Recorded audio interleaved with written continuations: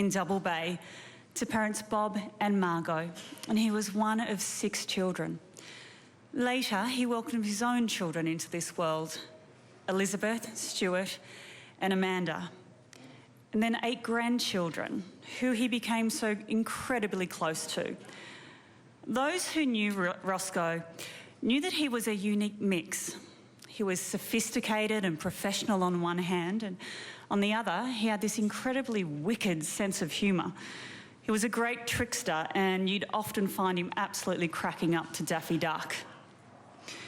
He loved his tennis, he loved opera, he loved bridge, and he was rather partial to the odd glass of Bollinger and a great scotch.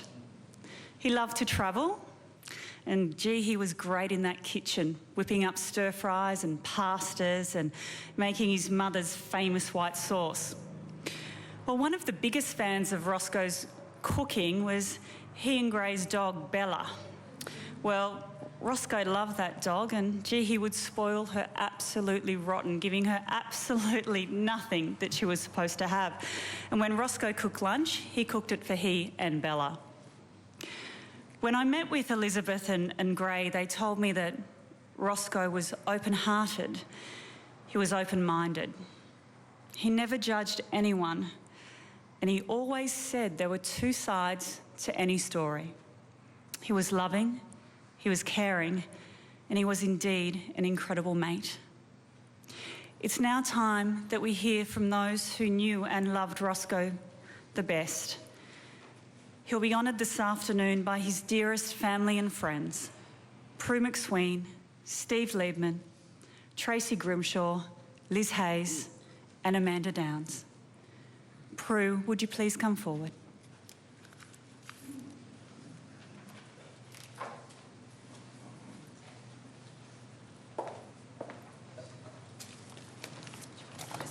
Yes, I'm a bit of a short ass, thank you. Yes, I've started off swearing, I'm sorry. There's a lot to swear about today, I think, that we've lost him. I guess none of us can really believe we're here today to farewell Rosco, because he was just such a champion, full of life and vitality and energy, and so fit and just so mischievous and wise. I expected him to be around for at least another 20 years to chide and tease me about my colourful language and strident opinions and give me advice and support when I needed it. It's perhaps a little known fact that Rosco was encouraged to do tap dancing when he was 6 at Elsie Leonard's Dance Bureau at the Masonic Hall in Double Bay, where, of course, he grew up. And his mum, Margot, who was a dancer herself, provided all the encouragement she needed to encourage him to be this reluctant Fred Astaire. It was not an inspiring start to his career, as he only lasted a couple of weeks, but perhaps it taught him the fancy footwork he used to carve this incredibly successful career. As you've heard, Rosco grew up in an amalgamated partridge family of 6 in Double Bay. He loved his days at Double Bay Primary. His dad, Bob, was a commercial traveller.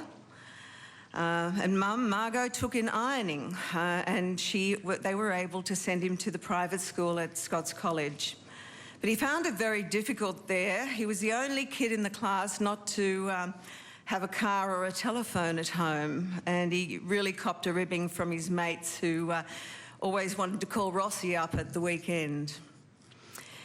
He landed a job at 2MW Murwillumbah as a panel operator and then got his own show as host. Radio legend and star maker John Brennan spotted him and offered him a job in Sydney at 2SM, where he was one of the good guys. And Rosco actually earned the mantle of Elvis Rosco, because by then he'd become a serious newsreader after asking Mr. Brennan if he thought he'd be good enough to become a journalist. And of course, the rest is history.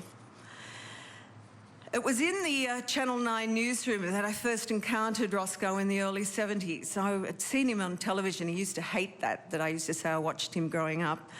And I was so in awe when I arrived for work as a very green and inexperienced young reporter. There were some of the legends I'd grown up with, Peter Harvey and Barry Matheson and Greg Granger and Whaley and Meakin, and I felt totally out of my depth, and I was, not just professionally, but also because I had yet to hone my very fine abilities in the colourful language department. But I was a very fast learner. Like so many of us coming into the business, I was lucky enough to be taken under Rosco's wing, and out of that our strong friendship developed. A friendship that traversed so many upheavals and highlights in our lives, always fortified by copious quantities of alcohol, raucous dinner parties and holidays together, even a business venture selling our own range of skincare products, with Rosco leaving his desk on the Today Show to pack orders in a warehouse while I flogged the potions over a microphone for buses of shoppers. They always did a double take when they saw that nice newsreader from the Today Show beavering away there and making the odd acerbic quip as I was telling them the creams were going to make them look almost as good as him. Sorry, It's not gin. Those legendary dinner parties we had were something else, disintegrating into heated debates, tall stories, and of course, sealing lifelong bonds and friendships. And Rosco was always a wonderful dinner guest, the life of the party. He always rang ahead, though, to remind you that he had a strong aversion to fish and smelly anchovies, and I always made sure that I sent the menu through with those featured on it. But one night he hadn't bothered to inform his host of this little detail, and fish was on the menu, and Rosco had a terrible time. He was actually saved by the dog, who he fed throughout the meal. Thankfully, we do hear that the dog survived, but he's sworn off fish too. The holidays we went on were always wonderful adventures. We drained the duty-free dry and smuggled grog onto ships. On one cruise we took with Stan and Marcella Zamanek, we ended up at a joint in Mexico, famous for its buckets of margaritas. We got so drunk and almost missed the boat until Stan commandeered a passing horse and buggy, and some of our party took to wheelchairs to get up the gangplank. And recently on a holiday in Bali, Rosco and Gray, with their two best mates, Bobby and Warren, brought in some extra champagne and were caught.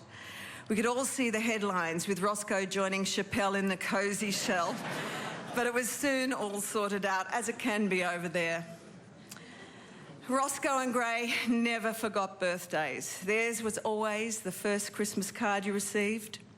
Rosco was so caring and thoughtful. He was the kind of friend who went out and bought me a cashmere jumper I had admired when I was going through a particularly bad time.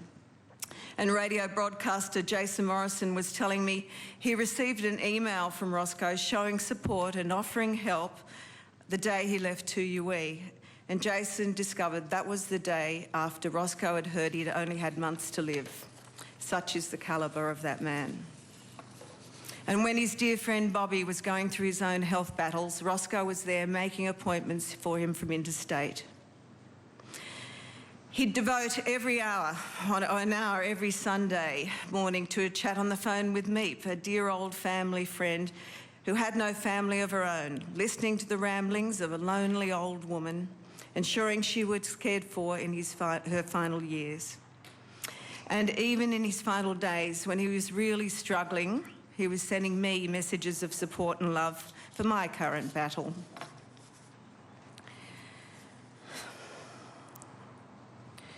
Rosco never had an inflated opinion of himself.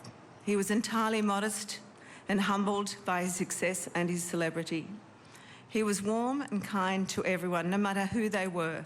The makeup girls, Pippi's here today, who I often told him performed a miracle every night, absolutely loved him. He knew all the names of the camera crews, the security guys, and the staff in Bali, where he and Gray have a villa. Absolutely loved him, and have even had a procession to rest his soul, casting frangipanis into the sea at his favourite coup d'etat restaurant. Everyone loved Rosco, a ruby of a man to all of us. But Rosco wasn't all saint. While he adored Bella, their dog, he refused to pick up dog poo, with Gray asking me if he thought the dog was a bloody robot. And after he retired from 7, he didn't even know how to fill his car up with petrol until Gray showed him. But he must have been a fast learner, because Johnny and his wife Kerry, who owned the local BP, were the first to arrive on Gray's doorstep with a card and flowers the day he died. And of course, his Lizzie and Dean, who run Roscoe's favourite barista cafe, have been continuing supplying of food and fortifying comfort to Gray and his family over this period. And while Roscoe hated cleaning up after his dog, he never had a problem changing his children's nappies and his grandchildren's nappies. He was so proud of his 3 children. He loved you all so much. And his beautiful 8 grandchildren, Natasha, Daniel, Matt, Haley, Georgia, Zach, Gully and Toby. And he spent a lot more time with them after he retired.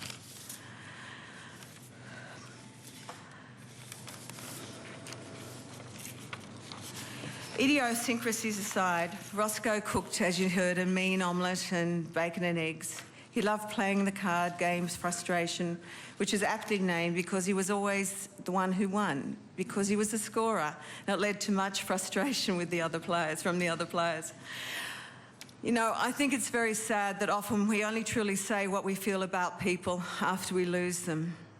But Roscoe was lucky because he received a groundswell of love and tributes, first when he left 9, and then after his retirement from 7. He was humbled by the rivers of warmth that flowed to him and embarrassed by them. He loved his time at 9 and formed amazing friendships there. But it was at 7 that he felt truly vindicated for his years of hard work, and he felt he'd hit the heights of his profession. When 7 made him an offer he couldn't refuse, he decided to come out of retirement and embrace the opportunity with relish, taking that news to number 1. Excuse me, my throat's so dry, I'm sorry. And he revitalised the whole station and making wonderful friendships that he cherished. Throughout it all, Gray was by his side, always caring and giving, the sweetest, most supportive and loving partner anyone could want. They loved their life in the Gold Coast together, travelling around the world after Roscoe's final retirement, making memories that will last a lifetime. And Gray, I know it's your birthday tomorrow, and you normally would be receiving the gifts, but be comforted by the fact that you gave Roscoe the greatest gift of all, your enduring love and devotion.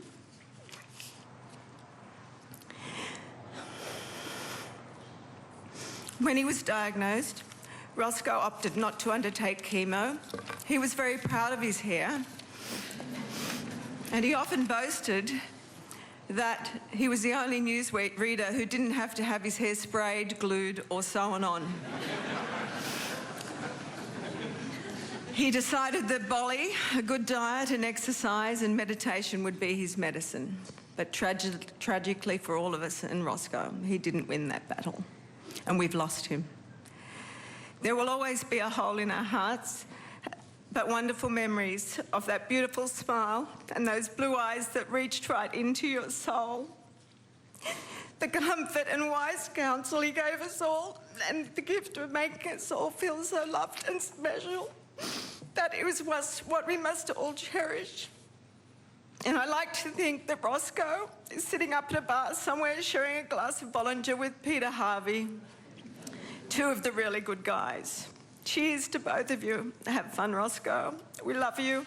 Rest in peace.